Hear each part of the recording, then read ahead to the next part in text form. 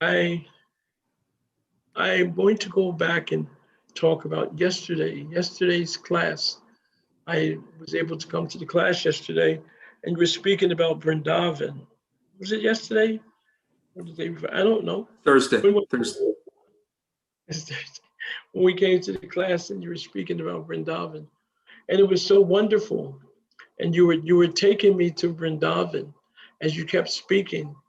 You know, I was in the streets, not going towards the temple, walking in that area. And I remember in Vrindavan, I wake up maybe 11:30 at night. Yeah, and I can't wait. I hurry and shower so that I can sit down and chant. And chanting in Vrindavan is different for me. Um, it's just an incredible place to chant. I wake up wanting to chant. And sometimes in Vrindavan, you can hear the holy name in such a way. And Krishna's Vrindavan is you can taste. Sometimes Krishna lets you taste the sweetness. Sure, we don't chant what you hear about hair standing on end, teeth loosening. We don't get that. But you get enough that you chant and you want to continue to chant. And as you continue to chant, you can pray. And you get the understanding that you're calling out the Supreme Lord. You're aware of who you're dealing with. And I find that one of the most exciting things in Krishna consciousness, especially in Vrindavan, when you have the opportunity to chant and to serve. And life is so simple. All you're doing is your practices. And sometimes chanting in Vrindavan is such that you don't want to stop. And worse than that, sometimes you can't stop chanting. You just can't stop. You say, okay, it's time to go see Srila Prabhupada. And then Vrindavan is complete because you go to the Samadhi and there's Srila Prabhupada. And Srila Prabhupada is very interesting. And I know I'm talking a little much today, but I have to talk today. I just feel the need to be open. And when I go to see Srila Prabhupada in Vrindavan, I feel the most shelter I ever feel in life. I feel that I've made it home, that I'm there. I know that Prabhupada's there.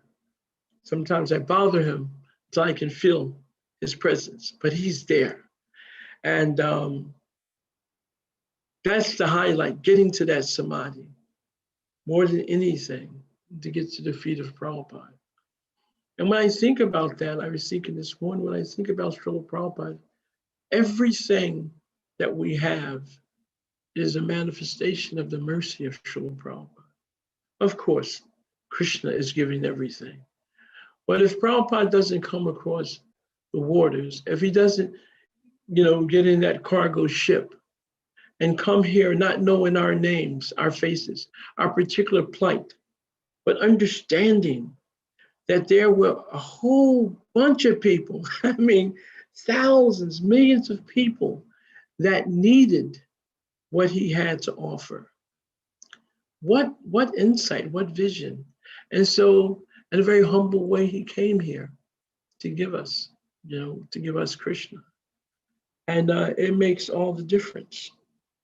And for ourselves, I think, at least I can speak for myself, oftentimes I forget, I'm so caught up in going to do this, got to do that, this is happening. But I forget that we came to this movement. And when we came to this movement, we needed something. We were looking for something. We found something. And whatever state of mind we were in, there's millions of people outside that are in that state or worse. They don't have shelter. And by the good force of nature, we happen to stumble by some good karma, some good fortune, Ramanya Bhagavan Jeev, by some good fortune, we met the devotee and the whole process started over again. And this is a very, very powerful process.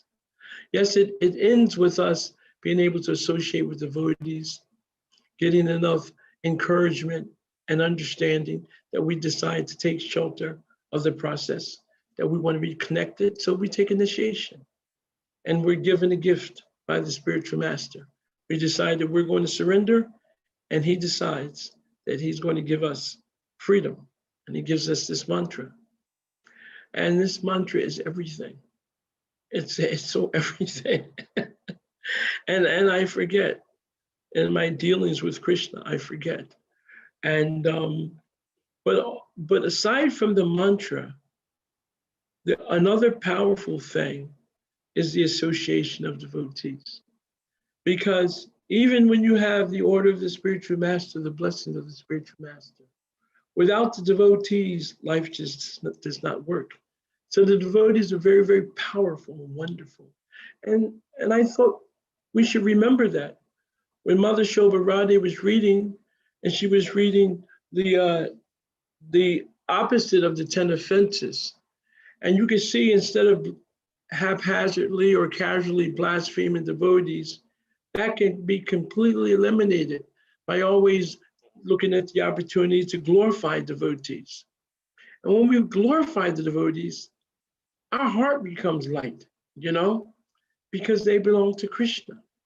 And instead of that negative energy being there, something positive, we glorify devotees. Well, Krishna heard that. He hears us glorifying his devotees, and that makes it easier for us to chant his name. It's not like we're faking it, and now it's time to chant.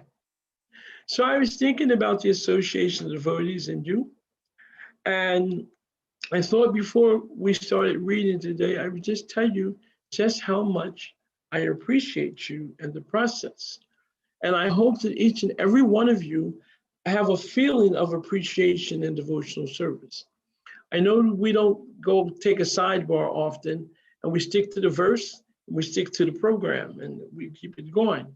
But in between the cracks, there are devotees who have personal feelings or personal struggles.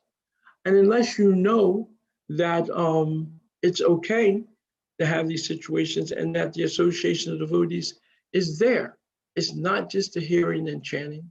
Actually, the loving exchanges that Rupa Goswami explains are there. And it's so powerful when you know that in a society you can inquire confidentially or reveal your mind in confidence. Very, very powerful. Now take that away and you're stuck in your head and you're left alone with the mind. So these are some of the opulences we have by being in the association of devotees. But for all of us, as I said, we're preachers. We're petitioning Krishna to use us. And in using us, we become cleansed. We're the most important person. Everyone, instead, if you want to be selfish, this is the science of self-realization. So the first thing is you're first. In this equation, you are the most important. You are the one who has to take, we take to the process of Krishna consciousness for ourselves. And as soon as you feel the fever go down, try to give it to somebody else. And therefore we take shelter of the process. So I think that when we read and speak, remember that we're in the spiritual hospital and we're all trying to become healthy and well. And to the extent that many of you are very healthy, then try to make sure that you're constantly trying to help someone else. And I feel like that today, and I thought that I would share that with you.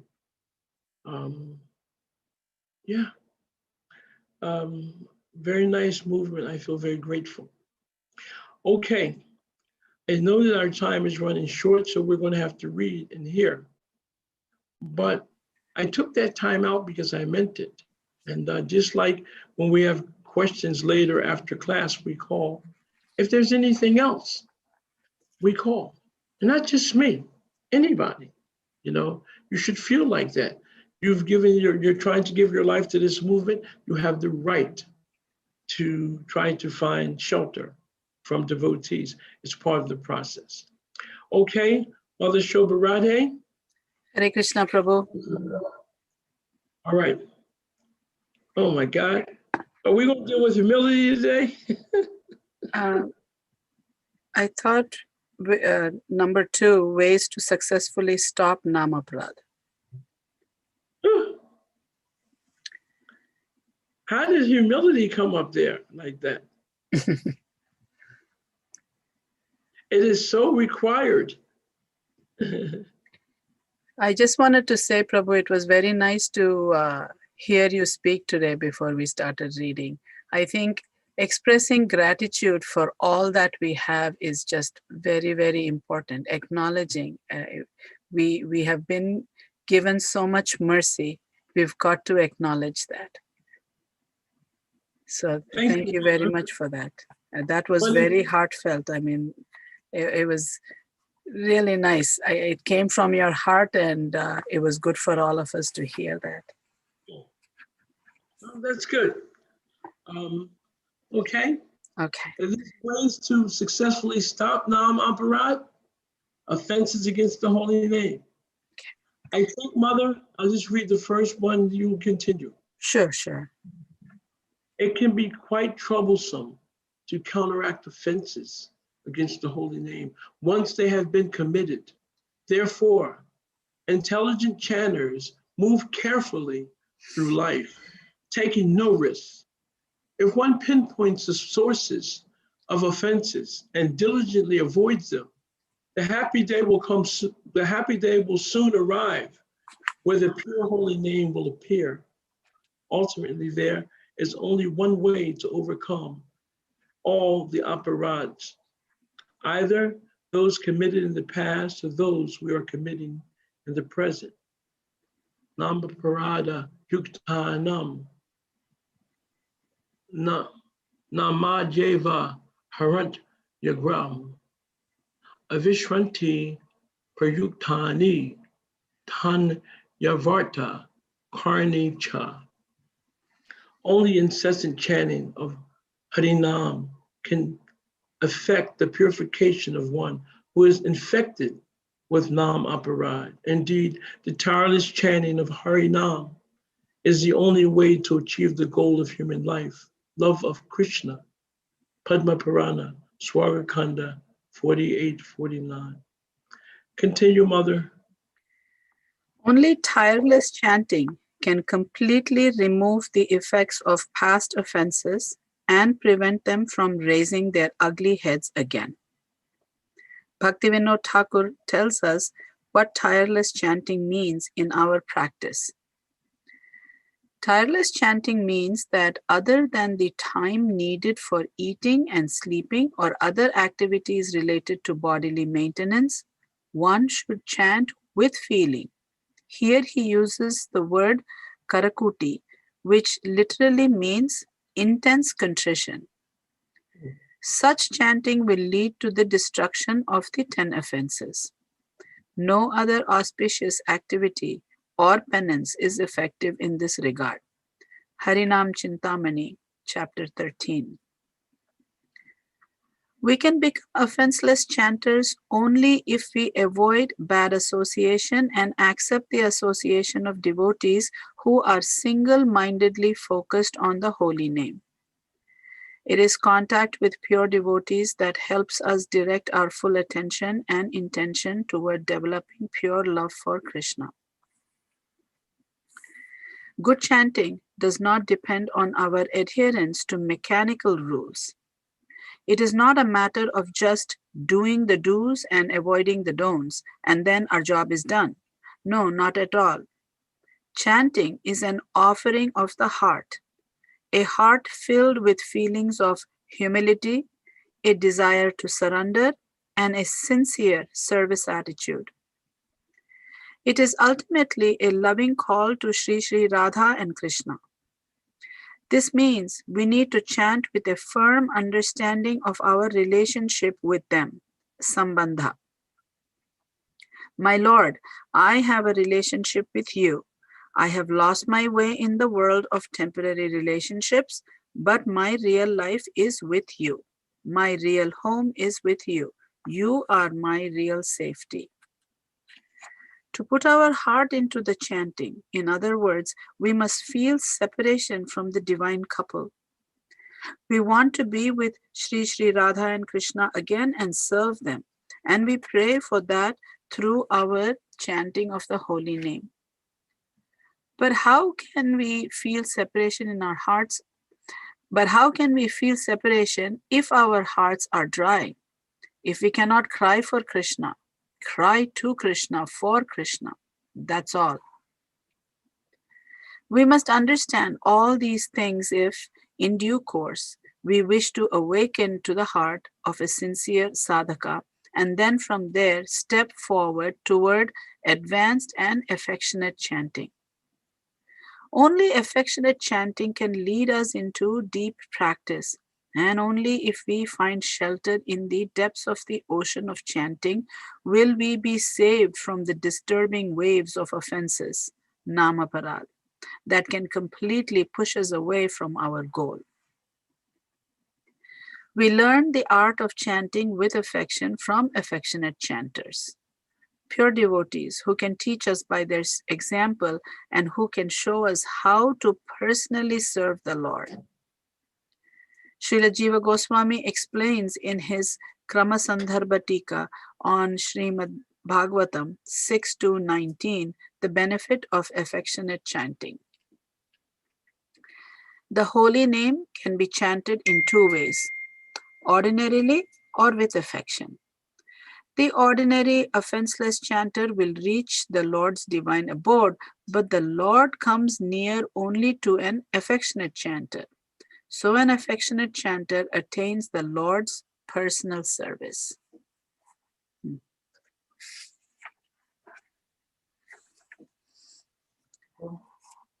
Wow, this is really nice.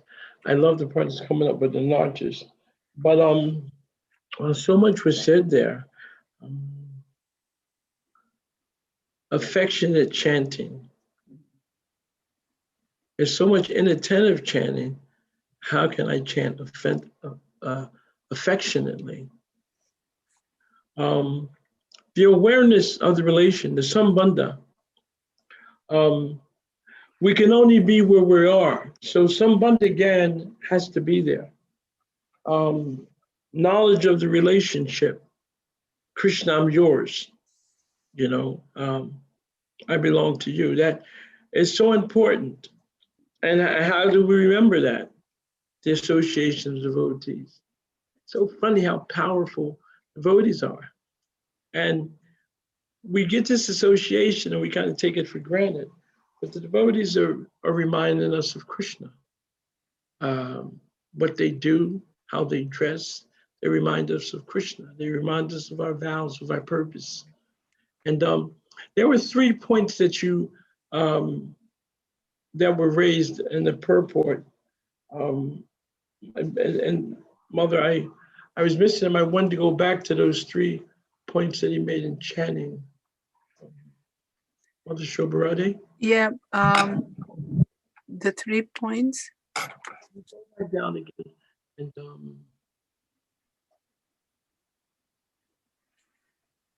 And keep coming down. Oh no. We can become offenseless chanters only if we avoid bad association and accept the association of devotees. No. Good chanting does not depend on an adherence to mechanical rules. It's an offering of the heart, a heart filled with humility, a desire to surrender, and a sincere service attitude. Humility, the desire to surrender, and the service. Sincere service attitude. The paragraph starts with good chanting, yeah. It's amazing, The service a good service attitude. It's so amazing because the service attitude gives us an awareness of who we are and who we're dealing with. If we have a good service attitude, then we're aware of the fact that I'm serving Krishna or his devotee. There's a certain awareness there. And so the attitude is good. It's not begrudging. because I got to do this for Krishna. I'm doing this service. It's so powerful. And humility is an action of knowledge. It's item, but it's an act, it's knowledge in motion. Humility means I understand I'm not the doer. I understand how fragile I am, and how much I need Krishna's mercy, how much Guru is given, and I don't really deserve it. I haven't really done anything. So it's the under the awakening of the relationship with Krishna, how we've somehow abandoned him, and still today we're trying to take up that relationship again. So it's very, very powerful. But humility is such a key. And how can we become, and Lord Chaitanya explains that, as the aspect of humility. We can't even chant nicely unless we chant in a humble state of mind. And look at the prescription, thinking oneself lower than the straw in the street. How do you do that? More tolerant than the tree, devoid of all sense of false pride and false prestige, and ready to offer all respects to others and expecting nothing in return. And in such a state of mind, we can chant. But I remember Srila Prabhupada, when they were glorifying him one time, Srila Prabhupada said that if there's anything that he could take credit for, because he didn't accept it, he said that he always tried to remain a servant and never tried to think himself the master like that. I'm paraphrasing. And he began to cry, and he felt like his spiritual master saved him. And so that remembrance of who we are, we're servants. Every time we see one another, we're servants. If you see the devotees like that, the idea of serving the holy name will become easier. The idea of calling that name, it'll become easier because we already see ourselves as servants. And when we see ourselves as servants of the devotees, we can't see ourselves as their servants and envy them at the same time. And these things will come up. That's why Nartya Nivritti is so powerful, because the envy is ultimately for Krishna. We envy him to the extent that we turn our attention from Krishna and become attracted by his external energy. The attraction we have for Maya means that we want to do something. We want to enjoy separately from Krishna, and we want to control Krishna's external energy. That's the God position. And as crazy as it sounds, that's the plight in the material world, always trying to control, enjoy, and be the center. Humility doesn't allow us to think like that. Humility brings us to the reality of who we actually are. And it opens up the availability to get the benefit of the process. Even if we do the process, but we don't, become more internal, then we find I've been chanting for years and this thing ain't working. I remember my Guru said one time, he asked me a question in California. He asked about the verse that we chant before chanting the holy name. Bahu Janman Kadiyati Shravanam Kirtanam. Tabutana Paya Krishna Pati Prema Dana. And I couldn't think of anything. I was just, he says, and my Guru said, Bahu Janma. I couldn't think of anything. And at the end of the class, I said, oh, Bahu Janma Kadiyati. And Satsvrumai says, mechanical chanting, it'll get you all the time. He says, mechanical chanting. So in so many ways, we're mechanical. And what we do, we put it in automatic pilot. But the heart, where Maharaj was speaking about the heart, with affection, it's not mechanical when you have an affection for someone. When you care about someone, your intentions, your emotions, your absorption is there because there's affection. There's an attraction. And so we need affection for the holy name. And it can start, even if we're not on a high level, it can start just with gratitude. And we make the time. We take the time to chant nicely, and we feel grateful. Some days when we chant nicely, we can feel grateful Today I chanted good rounds. Today I remembered you, Krishna. Today I was able to call out to you, Radharani. I prayed, and I'm so grateful for your reciprocation.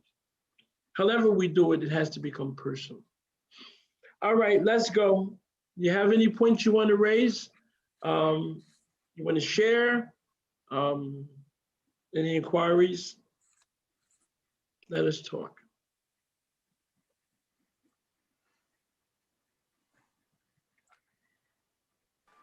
Hare Krishna Prabhu. I really like the point or this distinction between the affectionate chanter and just the, I don't remember what was the language that was used, like an ordinary chanter, I think was it, or regular ordinary, yeah. That distinction between an ordinary chanter, you know, and an affectionate chanter, that we can still be chanting offenselessly, that we can be chanting without offenses, but still be an ordinary chanter if we're not engaging our hearts in that time that we're spending during doing chanting. And I'm just curious, how do we cultivate our affection for Krishna? I mean, how can someone get stuck in mechanical chanting their entire lives? Like, how do we at some point break that pattern and actually cultivate affection for Krishna? It's nice. You know, the old Corey saying, to know him is to love him. So you need to hear about him. You need to hear about Krishna. And if you hear about Krishna, then it's not mundane hearing. You're hearing about the Supreme Lord. And even if you become curious at first, with Krishna, we have a natural relationship with him. So there's an awakening that has to take place at some point. That's why our obligatory chanting, spiritual master asked me to do this, we chant like that, and we're chanting duty bound. And that's good. That doesn't have to be mechanical. It's just that we're doing it dutifully, but it hasn't been done with affection. It's not so spontaneous. It's still obligatory. And from sadhana to raganuga. And I don't want to explain that it's got to be raganuga when we're chanting with affection. Everything is in the shadow. Before you get to the next place, you get little traces of it. Just like before, I realized I need to make some spiritual advancement. I know that I can't stay where I'm at. And so that requires something. And so when I asked myself, well, what is it going to require? I said, well, it's going to require surrender.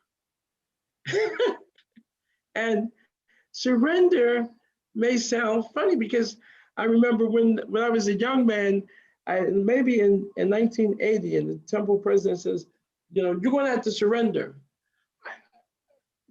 Now I was already initiated, so it was earlier than that. And he said, no, I wasn't initiated. In 80 I was. So he says, you're going to have to surrender. I said, but, I did that. I already did that. I came and moved into the temple. And I thought I had surrendered. And he just smiled.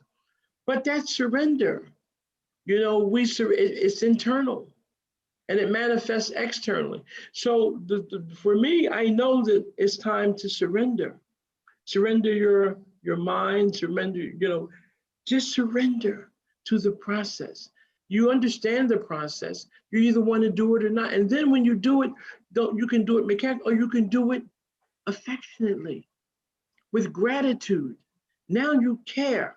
So you see, it changes. It's so personal. And the more we appreciate, that's why humility is so important. To chant the holy name of humble. When we're humble, we're grateful. When we're grateful, we can't be proud because we have that feeling of gratitude. It's not that we deserve it, that I expect it. The heart is softened. The mind gets quiet. The intelligence is directed. And we're a little more focused. And then everything else, Krishna's doing the work. Cheto Dharpana Marta. Krishna's actually doing the cleansing. We're going through a purificatory process. And so now those unwanted things, sometimes it's happening and we say, oh my God, my life is becoming crazy. Well, try cleaning my room and not choking, okay? You know, so stuff starts to come up, but we're purging ourselves of those unwanted things. But the holy name is doing it, you know? And what to speak of the blessing of the spiritual master, you know, as he sees us trying. You know, my grandma says that he used to be struggling chanting the holy name, and Prabhupada looked at him one day when he was young and, you know, said, look at him. But the spiritual master bless you. So your consciousness changes. You care. You develop some kind of attachment. It's personal, and in the relation, it's a relationship. You know how to feel affection for somebody, you know. But you have to get to know them a little better, you know. You have to care about them. Holy name is a person. It's Krishna. I hope it helps some. On a certain level, you can't get much from me because I'm not there.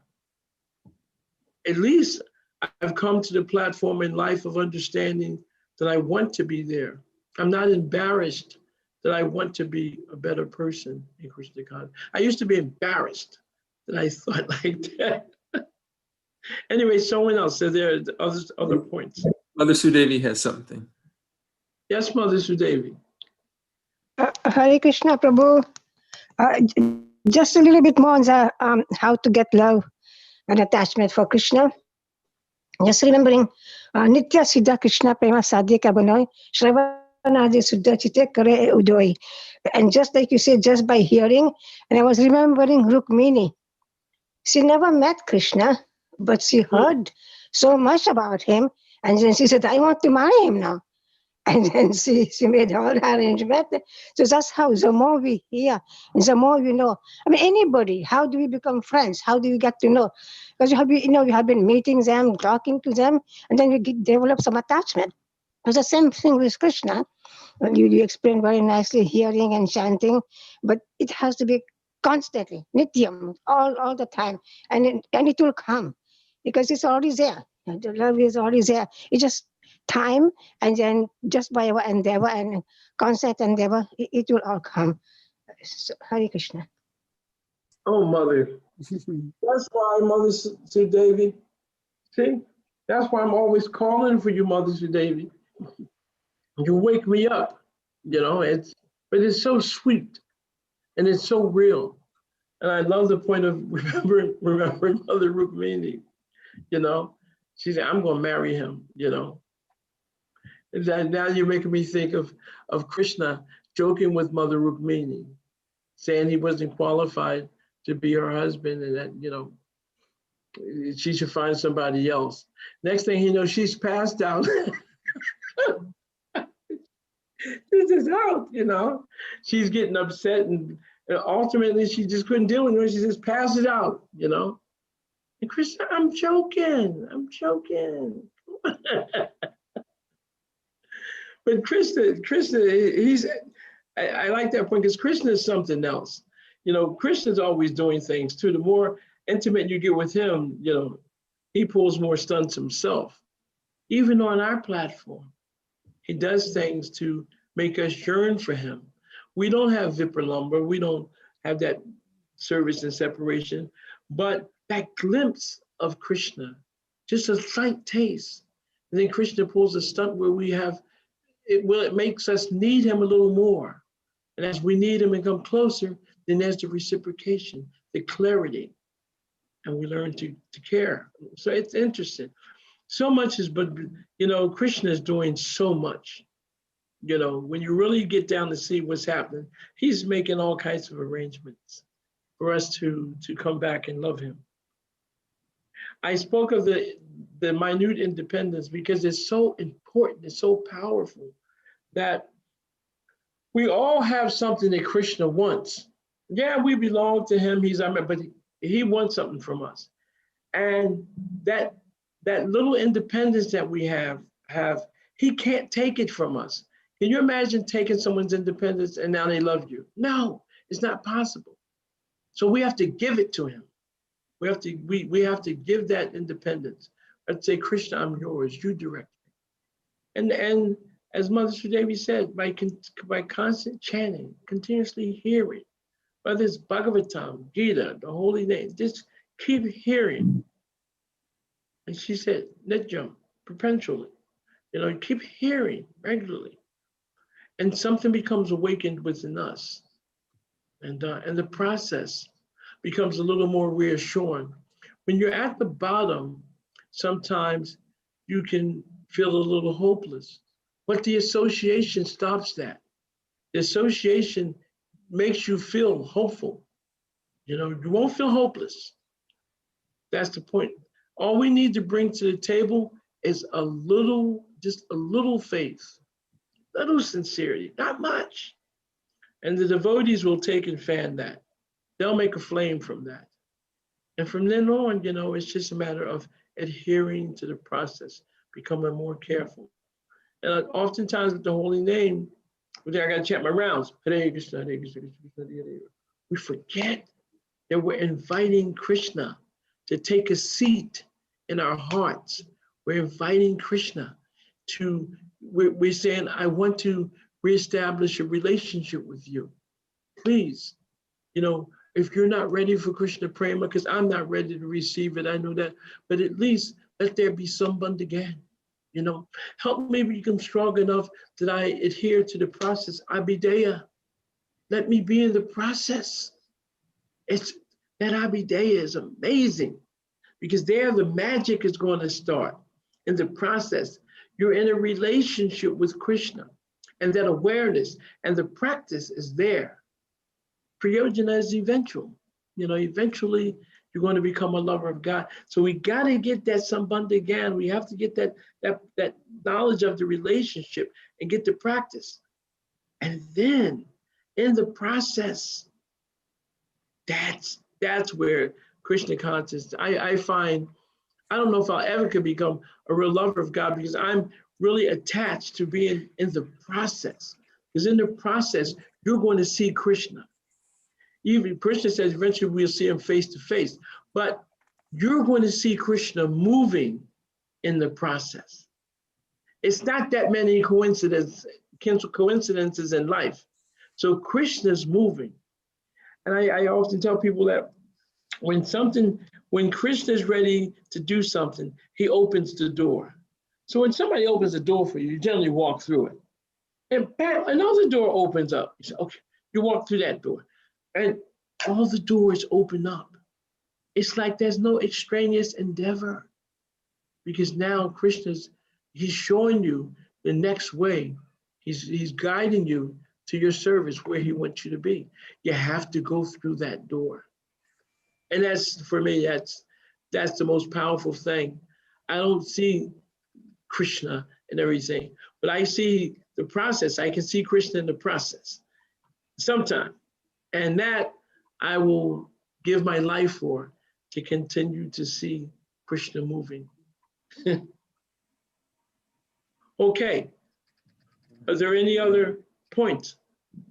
So something, Prabhu, that I wanted to recall, then Mother Renika has her hand up as well. I wanted to recall on this topic something that you talk about quite frequently, and that is our preparation for chanting. And that can also be, reflected in our affection to the act of chanting. If we think about, if we're inviting a guest to our house, but yet we don't prepare, that's a reflection on how much we actually actually care about the visit of that person. We have Rath Yatra, so much preparation, weeks and weeks and weeks in the decorations. And then when everything is right, we bring Lord Jagannath out and we place him on the chariot. And you would often talk about, preparing the night before, preparing in the morning, preparing our bodies, preparing our sacred space, and getting ourselves ready, offering prayers before we start chanting. All setting the mood, so that we can enter into a realm sacredness and affection, preparing that space. I remember I was in New Vrindavan, and we were in Japa. It was a Japa retreat. We were doing our 64 round day, and we were in the palace. And the mercy of Srila Prabhupada was so strong. And then all around there were the acharyas, Bhaktivinoda Thakur, Guru Kishore Das Babaji, Srila Bhaktisiddhanta Saraswati Thakur, and you could feel their presence. And you it's like you were chanting with them. And with it, there was so much love and affection. It became so natural to chant with concentration. So just you so much talk about setting the scene, and it just as you were talking about this, setting that environment. I just felt I wanted to bring it up. Well, it's wonderful because I need to hear that, because I used to always chant like that. I haven't been chanting like that. I've been so thrown off. And that happens sometimes. Sometimes you get thrown off in your practice, but you have to go back to what you know. You know that works. And see, I like it like that when the night before I get my dhoti and kurta and everything ready. I'm ready. I'm not going to be wasting any time, especially as a brahmachari. But even as an older man, I like that. As a brahmachari, there was no question. You knew that your stuff was ready. When you woke up at 2:15, hit that shower. That water's cold. You spin in that shower. I don't know if I ever got clean that place. Hit that soap in. I'm out of that shower. I got to be dressed, in 15 minutes. Tea locked down and everything. But why? Because now I want to be able to sit down. I want to get ready. I'm going to chant Hare Krishna. And so you prepare the night before by going to bed. And the sacred space for us, wherever it is, if it's a corner, if it's the bookshelf, whatever it is, that's your space, that's your time. You're getting ready to go meet Krishna. Now I got to get my rounds done. You're going to go meet him, Radha and Krishna. And I don't have much of a relationship with you. Take some honesty with you. I feel like I don't know you that much. I know you exist, but I mean, the way I know my Guru Maharaj, I don't feel that, but I want to know you better. I'm trying to serve you better. Please, if you so desire, could you help me become better? Because I don't feel so good. I feel like I'm weak sometimes. So you tell. You can tell your dad or your mom. So you tell Krishna. He said, please help me. I want to chant better. Then you offer and lay at the feet of the Panchatattva. And go Rupa, Sanatan, really think like that. Please help me. And in that way, the mercy comes down. As our call goes up, the mercy comes down. But even if you feel weak or throw it off, there's still there's a life raft, and that is devotee association. I'm telling you, devotees are really, really powerful. Devotees are so powerful that they bring the remembrance, and Krishna speaks to the hearts of the devotees. So that preparation is part of our sadhana. The preparation is that this is what I do to chant Hare Krishna. And we should remember that there's an etiquette. If we remember the etiquette in Krishna consciousness, just like that person who got initiated before you, that person's senior, that person who's a Brahmin, he's senior, that person it doesn't make you a lesser person. If you undergo the proper etiquette, then you're constantly getting blessed. I'm in this movement when there was only Srila Prabhupada as the spiritual master. And then I go and I don't get initiated by Prabhupada. And I'm like, oh my God, what's going to happen? Then with my crazy stuff, I'm never getting initiated by anybody. They're not Prabhupada. I don't want them. I don't want to know them. I only want Prabhupada. Then I realized, layers later, There's more mercy coming down the pipe from serving Prabhupada's servant. And instead of just now all those God that I thought were God brothers, they're God uncles. And there's so much affection that comes from that relationship. I can never be equal to any one of them. Never. It won't happen. I'm their servant. How lucky can you get? You know? And imagine the affection that comes. It is genuine. Even if they treat you equal, you know I'm their servant because you understand clearly the philosophy and you're not a lesser person. You've been situated to get that much more mercy. The extension of the parampara is right there hitting you. And you know, when Radharani lost her bangle and the gopis are looking for the bangle, and I forget the Maharaj, I don't know if it was Lokanath, and then his disciples sat beside him. He went into meditation. The disciples sat beside him and went meditation, and they went there. And his disciple, and they had on their gopi forms, and the disciple found the bracelet, the Radharani's. He didn't say, Radharani, your bracelet. He gave it to his Guru Maharaj. And they kept sending, and then finally Radharani got the bracelet. Oh, my bracelet. Says, oh, that nice, the devotee sent it. So. So all of them know that was found by such and such devotee. So look how much affection came back to that devotee. So it's like that. That's one of the things I feel in our temple that is hindering us from moving forward. No one wants you down there offering your obeisances to them and looking at, nobody wants that. But you do it. We do it because we want to be blessed. We acknowledge the super soul in our heart and we want to be blessed. And there's, peer association. But when we do that, we remember who we are. Say, yeah, we're cool. She's cool. Yeah, Haribol. No. Get down there. She's a great person. I want to serve her. Like that. We do like that. And it's amazing. That remembrance of who we are and what we're doing it sticks with us. I feel like I rambled too much. But thank you, Jordan. Thanks for that. What's his mother, Renuka, have to say? Hare Krishna, Prabhu. Thank you for the class. And after listening to the class from Sabarade Mahataji's reading, I realized I'm the most impure chanter because there are days I do it so each round is like under 4 minutes. You can imagine how fast it goes.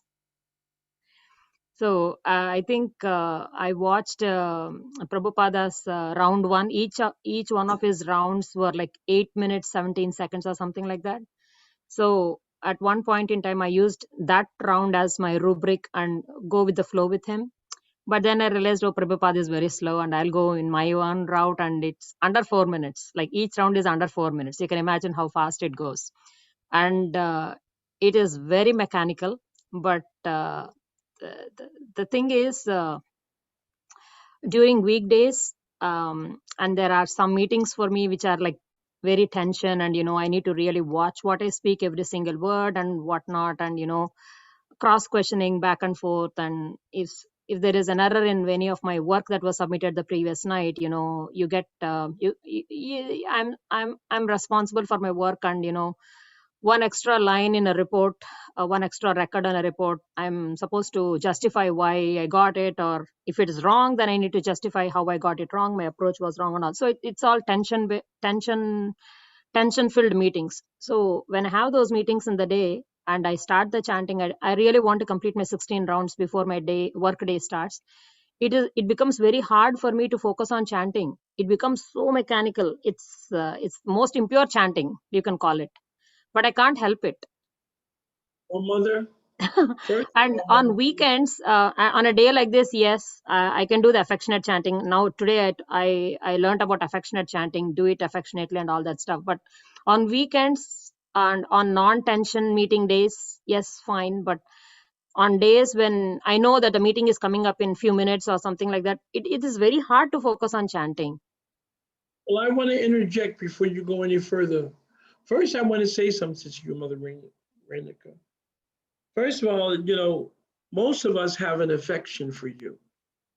Sometimes you're rough, sometimes you burp things out, but I always feel that your heart is sincere. And I think that the process is going to save you. You know, the devotees are going to save you.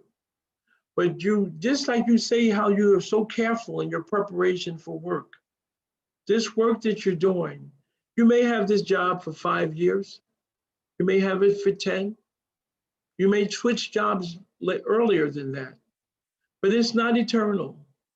And you're smart enough to invest yourself so that you do a good job. Now let's get serious. What you're investing in now is really about you. This is about your future.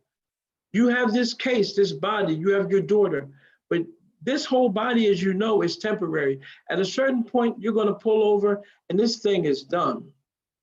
You're going to move on to the next body, spiritual or material. But right now, you have an opportunity to do something wonderful.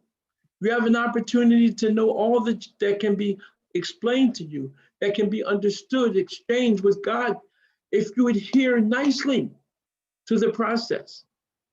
So 4-minute rounds, maybe 6 minutes. Some devotees chant faster. But the point is, not Saturday and Sunday, but every day you invest your heart. This is your investment. Your investment is that I'm calling God and I want to know that He's there. I want a relationship here. I'm spending my time and I want to know that this is working for me. And don't get too proud, because you got to be humble. You say, Krishna, please, I'm not worthy. Could you help me? Radharani, please, Radha, could you help me? So you pray. Use your intelligence the way you apply your intelligence in the workplace. This is the biggest job. The best job you'll ever have is becoming reawakened as a servant of the Supreme. If you misuse this human form of life, Krishna says, much tata sara durgani. He says, if you remain conscious of me, not just on the weekends, but before you do anything, if you remain conscious of me, you will be able to cross over all the obstacles of life by my grace. But if you disregard these instructions and act out of false ego, then you will be lost. You don't want to be lost. You have enough remembrance that you've been lost. So now you're awake. Don't sit on the side of the bed. Get up. Take advantage. These mothers, they're all ready to help you. You take advantage, and Krishna will take care of you. But I got to say, I too sometimes don't chant so nicely. So I'm not telling you that you're something bad. I'm praying that as I'm speaking, that I'm listening, and that I can become better. So let's make a deal. I'm going to pray for Krishna to help you. And you pray to Krishna, please help Haryasva. He needs your association so much. That's it, Mother Renica. Hare Krishna. Hare Krishna. Okay. Krishna Kirtan has his hand up. Maybe this will be the last one. We take Krishna Kirtan. Yeah, thank you. Thank you so much. I'm so glad that we are discussing about this. Just a comment on Renuka's, she's today's 147 day, but she's enthusiastic, and I can see she's genuine. She's opening up her, shortcomings in chanting, but at least I can see, as far as I know, that she's sincerely trying. She's always sincerely trying to, join and improve herself. And it's a very good symptom of progressing. At the beginning, it is called Namabhasa stage. Namabhasa stage. So the perfect chanting comes with due course of time as we practice.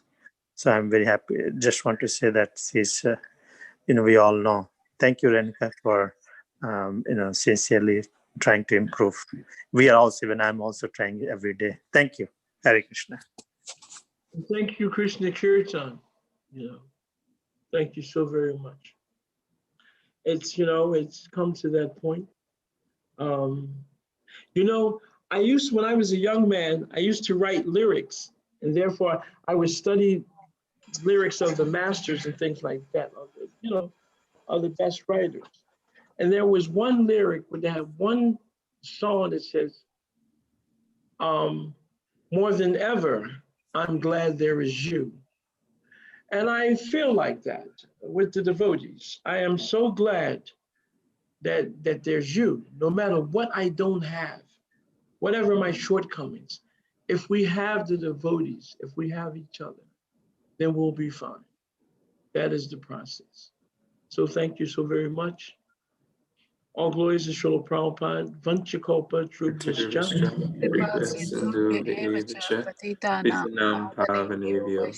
Vaishnavebhyo Namo Namaha. Hare Krishna. Thank you very much, Prabhu. Lot of information we got today. Quietly listening. Your sweetness is too much.